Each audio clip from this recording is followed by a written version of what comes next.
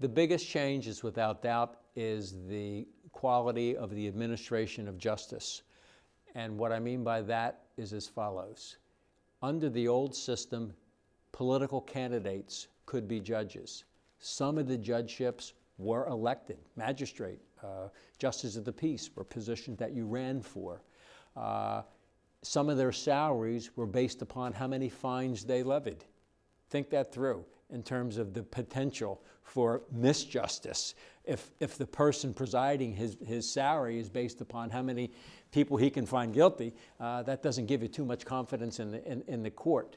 The highest court of the state was called the Court of Errors and Appeals, and Vanderbilt once described it as a little bit larger than a jury and smaller than a mob. It was 14 people, and of those, there were a total of 4 lay people, people with no background in the law, people with political connections who would sit on the highest court, and they would dispense justice, so to speak, justice.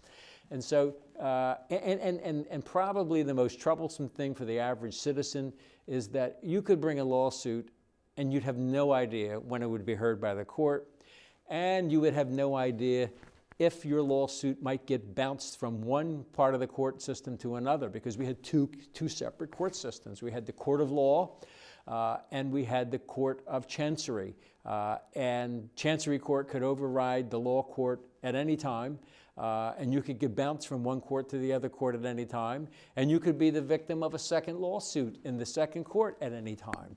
And so it was really a cockamamie, crazy system that nobody respected. In fact, there was a term that arose in the 20s, 30s, and 40s, Jersey justice.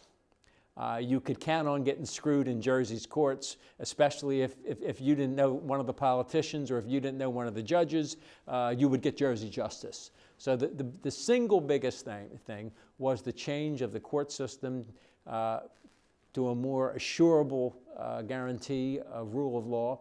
The second biggest change, without question, was the power of the governor. New Jersey's governor, under our Constitution, is the most powerful governor in the United States. And New Jersey's governor, from an administrative perspective, New Jersey's governor is more powerful institutionally than the President of the United States is. Now, that's not saying he has more power. It's saying institutionally, in terms of the options that are available to him, he or she has more power as a governor than the president does under the federal Constitution. So big changes were made as a result of the '48 Constitution.